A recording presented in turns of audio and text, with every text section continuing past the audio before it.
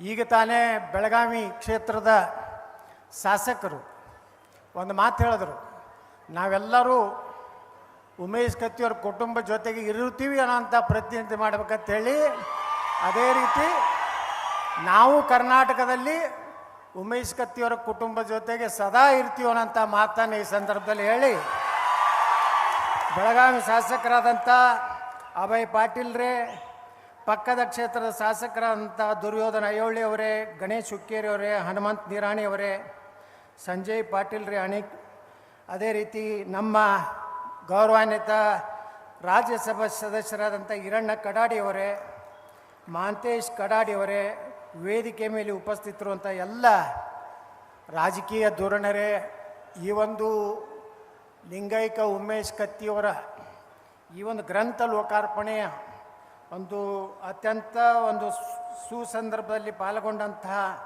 ಎಲ್ಲ ಬೆಳಗಾವಿ ಜಿಲ್ಲೆಯ ನನ್ನ ಪೂಜ್ಯ ಹಿರಿಯರೇ, ತಾಯಂದಿರೇ, ಅಣ್ಣ ತಮ್ಮಂದಿರೇ, ಯುವ ಮಿತ್ರರೇ, ಪತ್ರಕರ್ತ ಬಂಧುಗಳೇ, ಈಗಾಗಲೇ ಭಾಳಷ್ಟು ಜನ ಉಮೇಶ್ ಕತ್ತಿಯವರ ಅವರ ಒಡನಾಟ, ಅವರ ಸ್ವಭಾವ ಯಾವ ರೀತಿ ಇದ್ದರು ಉಮೇಶ್ ಕತ್ತಿಯವರು ಅನ್ನೋಂಥದ್ದನ್ನು ಹೇಳಿದ್ದಾರೆ.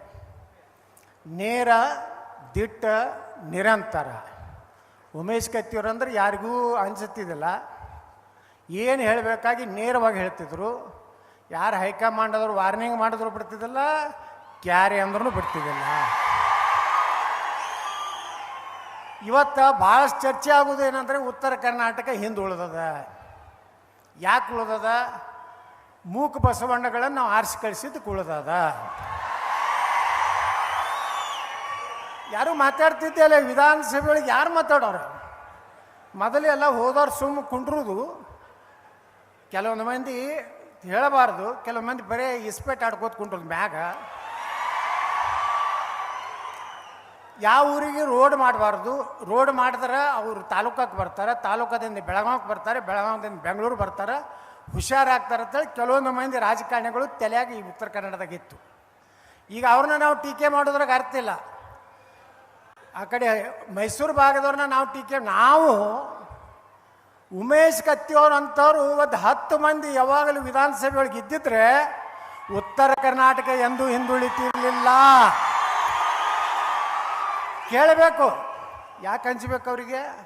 ವೋಟ್ ಹಾಕಿದವ್ರು ನೀವು, ನಮ್ಮದು ಲೆಕ್ಕ ಕೊಡಬೇಕಾಗಿದ್ದು ನಿಮಗೆ. ನಾವು ಚಮಚಾಗಿರಿ ಮಾಡಿ ಸಾಹೇಬ್ರು ಅಂದು, ಅಪ್ಪಾಜಿ ಅಂದು,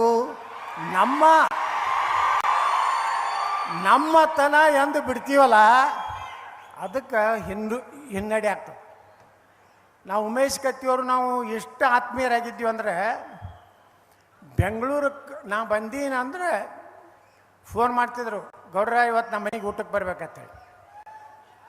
ಅವರು ನಮ್ಮ ಬಿಜಾಪುರ ಉಸ್ತುವಾರಿ ಮಂತ್ರಿ ಇದ್ದಾಗ ಯಾರ್ಯಾರನ್ನ IB ಒಳಗೆ ಭೇಟಿಯಾಗಿ, ನಡ್ರಪ್ಪ ನೀವು ಖಾಲಿ ಬರೀ ಪುಕ್ಸಟ್ಟು ಮಾತು ಹೇಳೋರು ನಡ್ರಿ ಅಂಥೇಳಿ ನಮ್ಮ ಮನೆಗೆ ರಾತ್ರಿ ಊಟಕ್ಕೆ ಬರೋರು.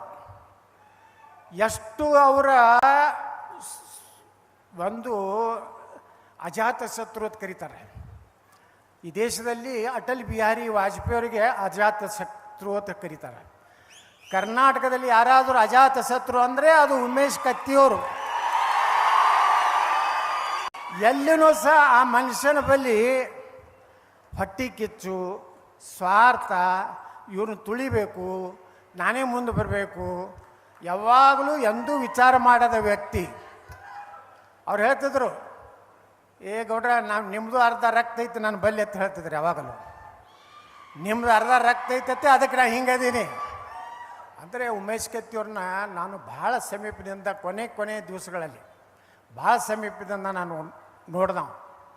ಅವ್ರ ಒಡನಾಟ ಹೆಂಗಿತ್ತು ಅಂದರೆ, ಅವತ್ತು ನಮ್ಮ ಬಿಜಾಪುರನಾಗ 7 ದಿವಸದ ಗಣಪತಿ ವಿಸರ್ಜನೆ ಕಾರ್ಯಕ್ರಮ ನಡೆದಿತ್ತು ನಮ್ಮ ಸಿದ್ದೇಶ್ವರ ದೇವಸ್ಥಾನ ಮುಂದೆ. ಒಮ್ಮಿಂದೊಮ್ಮೆ ಫೋನ್ ಬಂದುಬಿಡ್ತು, ಉಮೇಶ್ ಕತ್ತಿಯವ್ರು ಈಗ ಹಾರ್ಟ್ ಅಟ್ಯಾಕ್ ಆಗಿ ತೀರ್ಕೊಂಡ್ರು ಅಂತೇಳಿ. ಆ ಸ್ಟೇಜ್ ಇಳಿದು ಹೋದವ ನನಗೆ 15 ದಿವಸ ಯಾವಾಗರೇ ಮಕ್ಕೊಂಬಂದು ನೆನಪಾದ್ರೆ ತಾನೇ ಕಣ್ಣ ನೀರು. ಅಂದ್ರೆ ಸಂಬಂಧಗಳು ಹೆಂಗಿರ್ತಾವೆ, ಆ ಆತ್ಮೀಯತೆ ಹೆಂಗಿರ್ತದಂದ್ರೆ, ಉಮೇಶ್ ಕತ್ತಿ ಅಂತ ಒಬ್ಬ ಮನುಷ್ಯ ಇನ್ನೂ ಇರಬೇಕಾಗಿತ್ತು. ಅವರು ನಾವು ಏನಾರು ಕೂಡಿದ್ರೆ ಈ ಸಲ ಉತ್ತರ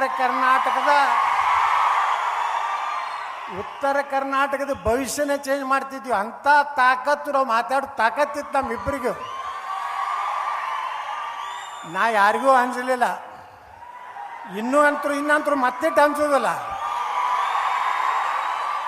ನಾನು ಏನು ತಿಳ್ಕೊಂಡಿದ್ದೆ, ನಾವು ಬರೀ ಉತ್ತರ ಕರ್ನಾಟಕ ಲಿಮಿಟ್ ಅಂತ ಹೇಳಿ. ಈಗ ಮಂಡ್ಯಕ್ಕೂ ಸಹಿತ ನಮ್ಮ ಶಕ್ತಿ ಇವತ್ತು ವಿಸ್ತಾರ ಆಗ್ತಾ ಇದೆ. ನಾವು ಉಮೇಶ್ ಕತ್ತಿಯವ್ರು ಮಾತಾಡ್ತಿದ್ರು, ಬಸನಗೌಡ ಮೊದಲು ನಾ ಮುಖ್ಯಮಂತ್ರಿ ಆಗ್ತೀನಿ ಉತ್ತರ ಕರ್ನಾಟಕ ಆದ್ರೆ, ಅಲ್ಲಿಂದ ನೀ ಆಗಕ್ಕೆ ಯಾಕೋಲಕ್ಕೆ ಸೌಕಾರ ನೀವು ಮೊದಲಾಗ್ರಿ, ನಾ ಬರೇ MLA ಇಲ್ಲ, ನೀವು ಉಪಮುಖ್ಯ ಇಲ್ರಿ, ಬರೀ ಲಿಂಗಾಯತರಾದ್ರೆ ಒಂದು ಜನ ತಪ್ಪು ತಿಳ್ಕೊತಾರೆ. ಬೇರೆ ಸಮಾಜದವ್ರು ಉಪಮುಖ್ಯಮಂತ್ರಿ ಮಾಡೋನು, ಹಿಂದುಳಿದವ್ರನ್ನ ದಲಿತರನ್ನ ನೀವು ಮುಖ್ಯಮಂತ್ರಿ ಆದ್ರೆ ಸಾಕು, ನಾನೇ ಮುಖ್ಯಮಂತ್ರಿ ಇದ್ದಂಗೆ ಅನ್ನೋಂಥ ಒಂದು ಬಾಂಧವ್ಯ ಇವತ್ತು ಉಮೇಶ್ ಕತ್ತಿಯವ್ರ ಜೋಡ ಐತಿ. ನಾವೆಲ್ಲ ತಿಳ್ಕೊಂಡಿದ್ದೀವಿ. ಹುಕ್ಕೇರಿ ಒಳಗೊಂದು ಕಾರ್ಯಕ್ರಮ ಮಾಡಿದ್ರು, ಷಷ್ಠಾಬ್ದಿ 60 ವರ್ಷದ್ದು. ಬಹುಶಃ ಆ ಕುಟುಂಬಕ್ಕೆ 60 ವರ್ಷದ ನಂತರ ಒಂದೇನೋ ಭಯ.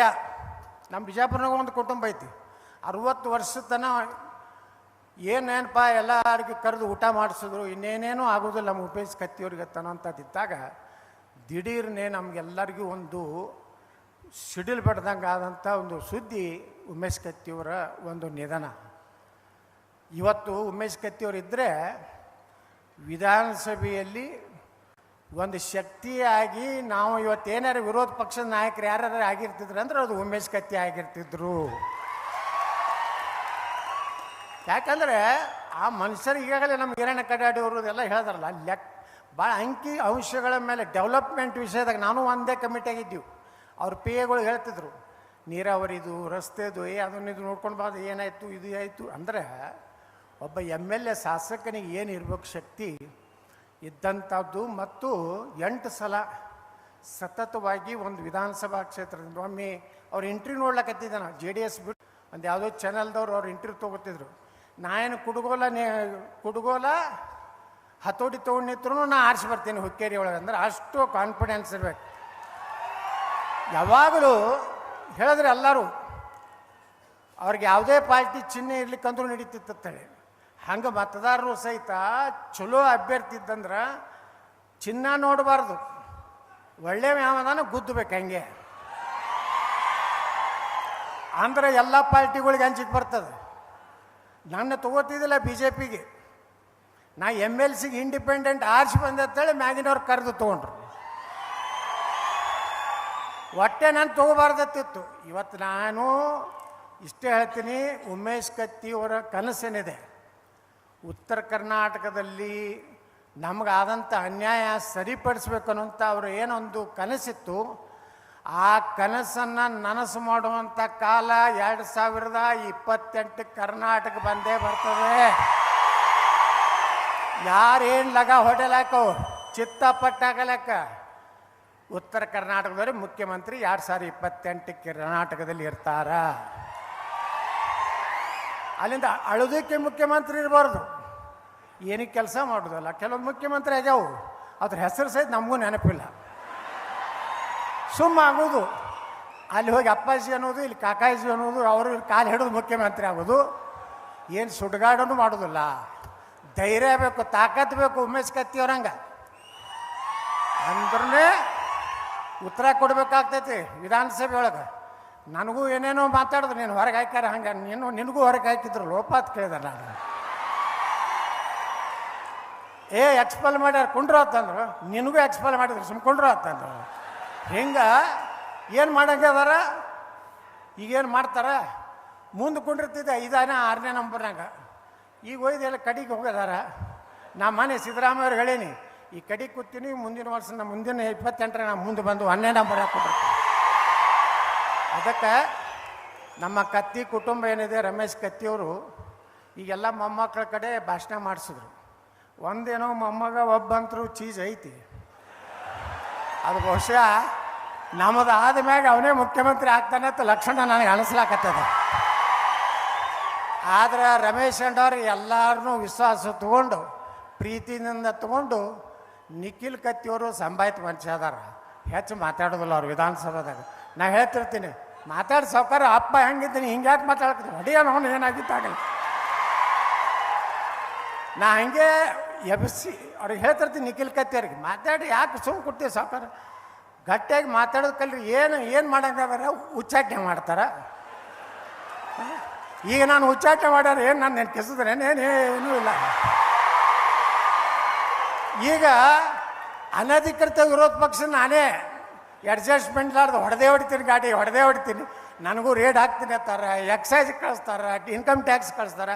ನೀವೇನು ಸುಡುಗಾಡಕ್ಕೆ ಕಳಿಸ್ರಿ, ನಾವೇನು ಮಾಡೇ ಇಲ್ಲ ಅಂದ್ರೆ ನಮ್ಮದೇನು ಮಾಡ್ತಾರೆ. ಆಗ ಉಮೇಶ್ ಕತ್ತಿಯವರು ಇವತ್ತು ನಾ ಇಷ್ಟೇ ಹೇಳ್ತೀನಿ, ಇವತ್ತೇನೋ ನೀವೆಲ್ಲ ಈ ಒಂದು ಶಕ್ತಿ ತುಂಬಲಾಕತ್ತೀರಿ. ಮುಂದಿನ ದಿವ್ಸನಾಗ ಬೆಳಗಾವಿ ಜಿಲ್ಲೆಯಲ್ಲಿ ಒಮ್ಮೆ ನಾನು ನನ್ನ ಮನ್ಯಾಗ ಊಟ ಕೂತಾಗ ಉಮೇಶ್ ಕತ್ತಿಯವರು ನಾವು AB ಪಾಟೀಲ್ರ ಬಗ್ಗೆ ಚರ್ಚೆ ಮಾಡಿದ್ವಿ. ಪಾಪ ಉಮೇಶ್ ಕತ್ತಿಯವರು ಕಣ್ಣ ನೀರು ತಗೋದು ಇಲ್ಲ ಬಸವನಗೌಡ ಏನೋ ಆಗಿ ಪಾಪ ಅವನು ABನೂ ಬರಬೇಕು, ನಾನು ಅವ್ನು ಕೂಡ ಒಮ್ಮೆ ರಾಜಕಾರಣಕ್ಕೆ ಬಂದೀವಿ, ಯಾವುದೋ ಕಾರಣದಿಂದ ತೊಂದರೆ ಆಗೈತೆ ಅಂತೇಳಿ ಹಚ್ಚಿಕೊಡು ಫೋನ್ ಅಂತಂದರು. ನಾ AB ಪಾಟೀಲ್ರಿಗೆ ಫೋನ್ ಮಾಡಿದೆ. ಮಾಡಿ ಏನಾಗಿದ್ದಪ್ಪ ಆಯ್ತಪ್ಪ ಇನ್ನು ಮುಂದೆ ನಾವು ಇಬ್ಬರಿಗೂ ಬೇರೆ ಬೇರೆ ಕ್ಷೇತ್ರ ನೋಡಿಕೊಂಡು ಒಂದಾಗಿ ಹೋಗೋಣ ಅಂತೇಳಿ ಮುಂದೊಂದು 15 ದಿವ್ಸನಾಗ ನಾವು ಇವ್ರನ್ನಿಬ್ಬರು ಕೂಡಿಸ್ಬೇಕಂತೇಳಿ ಅವತ್ತು ರಾತ್ರಿ ಪಾಪ ಕಣ್ಣ ನೀರು ತೆಗೆದ್ರು ಉಮೇಶ್ ಕತ್ತಿಯವರು. ಆ ಕಡೆನೂ ಏನಾಯಿತು AB ಪಾಟೀಲ್ರು ಮಾತಾಡಿ ಒಂದು ಹಂತಕ್ಕೆ ತರಬೇಕು ಅನ್ನೋದ್ರಾಗ ನಮ್ಮನ್ನೇ ಇವತ್ತು ಉಮೇಶ್ ಕತ್ತಿಯವರು ಹೋದರು. ಅದಕ್ಕೆ ಬೆಳಗಾವಿ ಜಿಲ್ಲೆಯ ರಾಜಕಾರಣದಲ್ಲಿ ಶಕ್ತಿಗಳು ವಿಘಟನೆ ಆಗಿದ್ದು ಈಗ ಮತ್ತು ಒಂದ ಅಡೆ ಆಗ್ತಾ ಇದ್ದಾರೆ. ಎಲ್ಲರೂ ಒಂದಾಗ್ರಿ, ಎಲ್ಲ ಸಮಾಜದನ್ನು ತೊಗೊಂಡು ಬೆಳಗಾವಿ ಜಿಲ್ಲೆಯಲ್ಲೆಲ್ಲ ಇಡೀ ಉತ್ತರ ಕರ್ನಾಟಕದಲ್ಲಿ ನಾವು ಯಾವಾಗಲೂ ಉಮೇಶ್ ಕತ್ತಿಯವ್ರ ಜೊತೆಗೇ ಇರ್ತೀವಿ. ಅದ ನಮ್ಮ ರಮೇಶ್ ಅಣ್ಣ ಕತ್ತಿಯವರು ಸ್ವಲ್ಪ ಭಾಳ ಸ್ಟ್ರಾಂಗ್ ಮಾತಾಡ್ತಾರೆ, ನನಗಿಂತ ಸ್ಟ್ರಾಂಗ್ ಮಾತಾಡ್ತಾರೆ. ಸ್ವಲ್ಪ ಸ್ಮೂತ್ ಆಗಬೇಕು, ಸ್ವಲ್ಪ ಇಲ್ಲಿ ಏನೋ ಮುಳ್ಳೋದು ಬಂದಿದ್ದಂದ್ರೆ ಎಲ್ಲ ತೆಗೆದು ಸ್ಮೂತ್ ಆದ್ರೆ ತಿಳ್ಕೊರಿ. ನಾವೇನು ಜಾತಿ ಗೀತಿ ಮಾಡೋಲ್ಲ. ಉಮೇಶ್ ಕತ್ತಿಯವರ ಸಲುವಾಗಿ ಯಾವುದೇ ಜಾತಿ ಇಲ್ಲ. ಅವರೊಬ್ಬ ಅಜಾತ ಶತ್ರು, ಅವರೆಲ್ಲರಿಗೂ ಪ್ರೀತಿ ಆದವರು. ನಿಮ್ಗೆ ಎಷ್ಟು ಪ್ರೀತಿ ಐತಿ ಕರ್ನಾಟಕದಲ್ಲಿ ಎಲ್ಲ ರಾಜಕಾರಣಿಗಳಲ್ಲಿಯೂ ಸಹ ಉಮೇಶ್ ಕತ್ತಿಯವ್ರ ಮ್ಯಾಗ ಪ್ರೀತಿ ಇದೆ, ಆ ಕುಟುಂಬದ ಪ್ರೀತಿ ಇದೆ. ನೀವೆಲ್ಲರೂ ಅವ್ರನ್ನ ಹೆಂಗೆ ಬೆಳೆಸಿದ್ರಿ ಮುಂದಿನ ದಿವಸ ಅವ್ರ ಕುಟುಂಬವನ್ನು ಎಂದೂ ಕೈ ಕೊಡಬೇಡ್ರಿ. ಯಾಕಂದ್ರೆ ರೊಕ್ಕ ಭಾಳ ಆಟ ಆಡ್ತದೆ, ರೊಕ್ಕ ಭಾಳ ಆಟ ಆಡ್ತದೆ. ರೊಕ್ಕಕ್ಕೆ ಬಲಿ ಆಗಬೇಡ್ರಿ. ಎಲ್ಲ ದೇವ್ರ ಭಗವಂತ ಎಷ್ಟು ಸಮೃದ್ಧ ಕೊಟ್ಟಾನೆ ಬೆಳಗಾವಿ ಜಿಲ್ಲೆಯೊಳಗೆ. 1000 2000 ಭಾಳ ಆದ್ರೆ 2 ಲಕ್ಷ 1 ಲಕ್ಷ ಕೊಡ್ತಾರೆ ಒಂದೊಂದು ಲೀಟ್ರುಗಳಿಗೆ. ಆದರೆ ಎಷ್ಟು ದಿವ್ಸದಲ್ಲ ಅವ್ರದ್ದು 1 ಲಕ್ಷ. ಅದಕ್ಕೆ ಅದ್ರ ಸಲುವಾಗಿ ನೀವು ರೊಕ್ಕಕ್ಕೆ ಮಾರ್ಕೋ ಅಂಥವ್ರು ಆಗಬೇಡ್ರಿ. ಒಂದಿಲ್ಲ ಒಂದು ದಿವಸ ಕರ್ನಾಟಕದಲ್ಲಿ ನಿಮ್ಮ ಆಶೀರ್ವಾದದ ಸರ್ಕಾರ ಬಂದೇ ಬರ್ತದೆ. ನಾವೆಲ್ಲರೂ ಕೂಡಿ ಉಮೇಶ್ ಕತ್ತಿಯವರ ಏನು ಉತ್ತರ ಕರ್ನಾಟಕವನ್ನು ಕನಸು ಕಂಡಾರಲ್ಲ, ಆ ಕನಸನ್ನು ಮೊದಲ ಹಂತದಲ್ಲಿ ಅಲ್ಲೇ ಇದ್ದು ಬಡ್ದಾಡ್ತೀವಿ. ಆಗದೇ ಇದ್ದರೆ ಒಂದಿಲ್ಲ ಒಂದು ದಿವಸ ಉಮೇಶ್ ಕತ್ತಿಯವರ ಕನಸು ನನಸು ಮಾಡಲಿಕ್ಕೆ ಕಂಕಣಬದ್ಧರಾಗ್ತೀವನಂತ ಮಾತು ಹೇಳಿ, ಈಗಂತರೂ ನಾ ಏನು ಮಾತಾಡಿದ್ರು ನನ್ನ ಮ್ಯಾಗೇನು ಹೈಕಮಾಂಡ್ ಇಲ್ಲ, ನೋಟಿಸ್ ಕೊಡುವುದಿಲ್ಲ, ಯಾವ ನೋಟಿಸ್ಗೆ ಅಂಜೋದಿಲ್ಲ. ಒಟ್ಟು ಉತ್ತರ ಕರ್ನಾಟಕ ವಿಚಾರ ಬಂದಾಗ ನಾನು ವಿಧಾನಸಭೆ ಒಳಗೆ ಗಟ್ಟಿಗೆ ಮಾತಾಡ್ತೀನೋ ಇಲ್ಲೋ. ನೀರಾವರಿ ಬಂದರೆ ನಾನು ಮನೆ ಹೇಳಿದೆ 18 ಲಕ್ಷ ಎಕರೆ ನೀರಾವರಿ ಆಗ್ತದಪ್ಪ ಪುಣ್ಯಾತ್ಮ. 1 ಲಕ್ಷ ರೂಪಾಯಿ ಕೋಟಿ ಸಾಲ ತೆಗಿ, ಎಲ್ಲ 18 ಲಕ್ಷ ನೀರಾವರಿ ಮಾಡಿದ್ರೆ ನಿನ್ನ ಗ್ಯಾರಂಟಿ ತೊಗೊಂಡು ಯಾರಿಗೆ ಬೇಕಾಗೈತಿ, ನಮ್ಮದೇ ವಾರಂಟಿ ಆಗ್ತೈತಪ್ಪ. ಅದಕ್ಕೆ ರೈತರಿಗೇನು ಬೇಕಾಗಿಲ್ಲ, ಸರಿಯಾಗಿ ನೀರ ಒಂದು 10 ತಾಸು ಕರೆಂಟ್ ಆದ್ರೆ ನಿಮ್ಮ ಯಾವ ಗ್ಯಾರಂಟಿನೂ ಬೇಕಾಗಿಲ್ಲ, ಪ್ಯಾರಂಟಿನೂ ಬೇಕಾಗಿಲ್ಲ.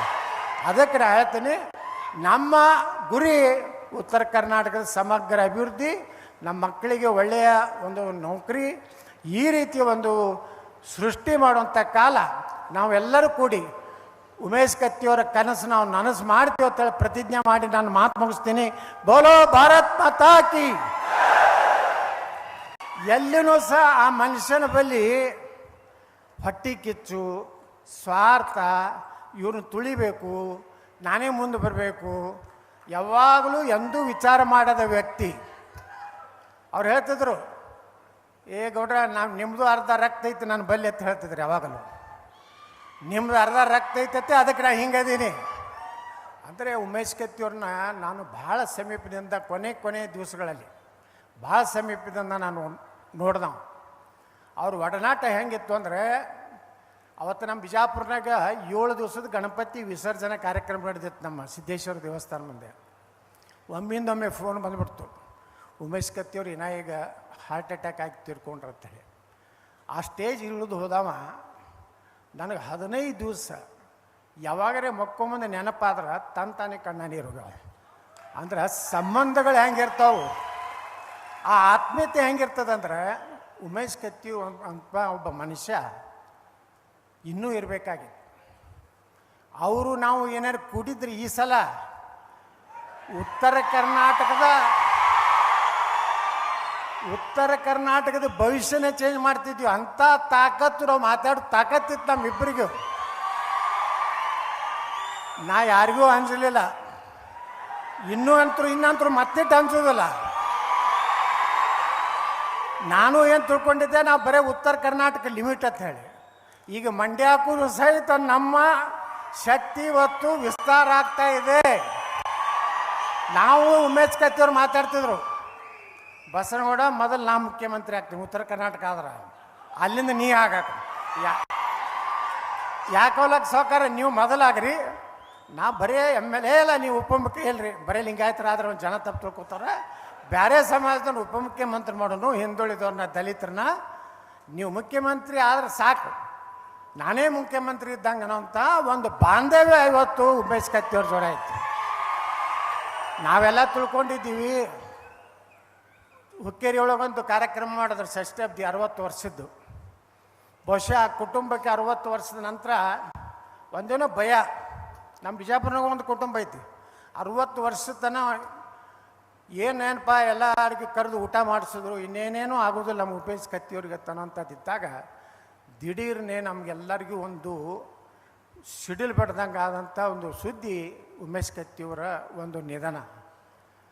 ಇವತ್ತು ಉಮೇಶ್ ಕತ್ತಿಯವರು ಇದ್ದರೆ ವಿಧಾನಸಭೆಯಲ್ಲಿ ಒಂದು ಶಕ್ತಿಯಾಗಿ ನಾವು ಇವತ್ತೇನಾರು ವಿರೋಧ ಪಕ್ಷದ ನಾಯಕರು ಯಾರು ಆಗಿರ್ತಿದ್ರು ಅಂದ್ರೆ ಅದು ಉಮೇಶ್ ಕತ್ತಿ ಆಗಿರ್ತಿದ್ರು. ಯಾಕಂದರೆ ಆ ಮನುಷ್ಯರು ಈಗಾಗಲೇ ನಮ್ಗೆ ಹಿರಣ್ಯ ಕಡಾಡಿಯವರು ಎಲ್ಲ ಹೇಳಿದಾರಲ್ಲ, ಭಾಳ ಅಂಕಿ ಅಂಶಗಳ ಮೇಲೆ ಡೆವಲಪ್ಮೆಂಟ್ ವಿಷಯದಾಗ ನಾನು ಒಂದೇ ಕಮಿಟಿಯಾಗಿದ್ದೀವಿ. ಅವ್ರ PAಗಳು ಹೇಳ್ತಿದ್ರು, ನೀರಾವರಿದು ರಸ್ತೆದು ಅದನ್ನಿದು ನೋಡ್ಕೊಂಡು ಬಾದ ಏನಾಯಿತು ಇದು ಆಯಿತು ಅಂದರೆ, ಒಬ್ಬ MLA ಶಾಸಕನಿಗೆ ಏನು ಇರಬೇಕು ಶಕ್ತಿ ಇದ್ದಂಥದ್ದು. ಮತ್ತು 8 ಸಲ ಸತತವಾಗಿ ಒಂದು ವಿಧಾನಸಭಾ ಕ್ಷೇತ್ರದಿಂದ ಒಮ್ಮೆ ಅವ್ರು ಎಂಟ್ರಿ ನೋಡ್ಲಕತ್ತಿದ್ದ ನಾವು JDS ಬಿಟ್ಟು. ಈಗ ತಾನೇ ಬೆಳಗಾವಿ ಕ್ಷೇತ್ರದ ಶಾಸಕರು ಒಂದು ಮಾತು ಹೇಳಿದ್ರು, ನಾವೆಲ್ಲರೂ ಉಮೇಶ್ ಕತ್ತಿಯವ್ರ ಕುಟುಂಬ ಜೊತೆಗೆ ಇರುತ್ತೀವಿ ಅನ್ನೋಂಥ ಪ್ರತಿನಿಧಿ ಮಾಡ್ಬೇಕಂತ ಹೇಳಿ, ಅದೇ ರೀತಿ ನಾವು ಕರ್ನಾಟಕದಲ್ಲಿ ಉಮೇಶ್ ಕತ್ತಿಯವರ ಕುಟುಂಬ ಜೊತೆಗೆ ಸದಾ ಇರ್ತೀವಿ ಅನ್ನೋಂಥ ಮಾತನ್ನು ಈ ಸಂದರ್ಭದಲ್ಲಿ ಹೇಳಿ, ಬೆಳಗಾವಿ ಶಾಸಕರಾದಂಥ ಅಭಯ್ ಪಾಟೀಲ್ರೇ, ಪಕ್ಕದ ಕ್ಷೇತ್ರದ ಶಾಸಕರಾದಂಥ ದುರ್ಯೋಧನ ಐಹೊಳೆ ಅವರೇ, ಗಣೇಶ್ ಹುಕ್ಕೇರಿ ಅವರೇ, ಹನುಮಂತ್ ನಿರಾಣಿ ಅವರೇ, ಸಂಜಯ್ ಪಾಟೀಲ್ರೇ ಅದೇ ರೀತಿ ನಮ್ಮ ಗೌರವಾನ್ವಿತ ರಾಜ್ಯಸಭಾ ಸದಸ್ಯರಾದಂಥ ಹಿರಣ್ಯ ಕಡಾಡಿಯವರೇ,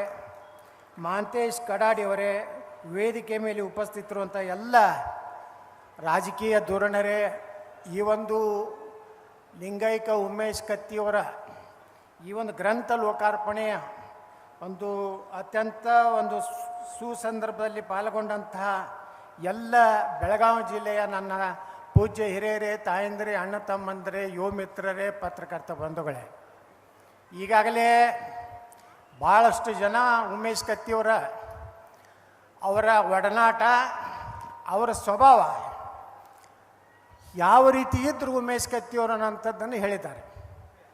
ನೇರ, ದಿಟ್ಟ, ನಿರಂತರ. ಉಮೇಶ್ ಕತ್ತಿಯವರು ಅಂದರೆ ಯಾರಿಗೂ ಅನಿಸುತ್ತಿದ್ದಿಲ್ಲ, ಏನು ಹೇಳಬೇಕಾಗಿ ನೇರವಾಗಿ ಹೇಳ್ತಿದ್ರು. ಯಾರು ಹೈಕಮಾಂಡ್ ಆದರೂ ವಾರ್ನಿಂಗ್ ಮಾಡಿದ್ರು ಬಿಡ್ತಿದ್ದಿಲ್ಲ, ಕ್ಯಾರಿ ಅಂದ್ರೂ ಬಿಡ್ತಿದ್ದಿಲ್ಲ. ಇವತ್ತು ಭಾಳಷ್ಟು ಚರ್ಚೆ ಆಗೋದು ಏನಂದರೆ ಉತ್ತರ ಕರ್ನಾಟಕ ಹಿಂದುಳಿದದ. ಯಾಕೆ ಉಳ್ದದ? ಮೂಕ ಬಸವಣ್ಣಗಳನ್ನು ನಾವು ಆರಿಸಿ ಕಳಿಸಿದ್ದಕ್ಕೆ ಉಳ್ದದ.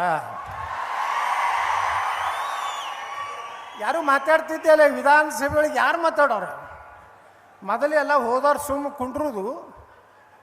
ಕೆಲವೊಂದು ಮಂದಿ ಹೇಳಬಾರ್ದು, ಕೆಲವೊಂದು ಮಂದಿ ಬರೀ ಇಸ್ಪೇಟ್ ಆಡ್ಕೋತ ಕುಂಡ್ರದು ಮ್ಯಾಗ.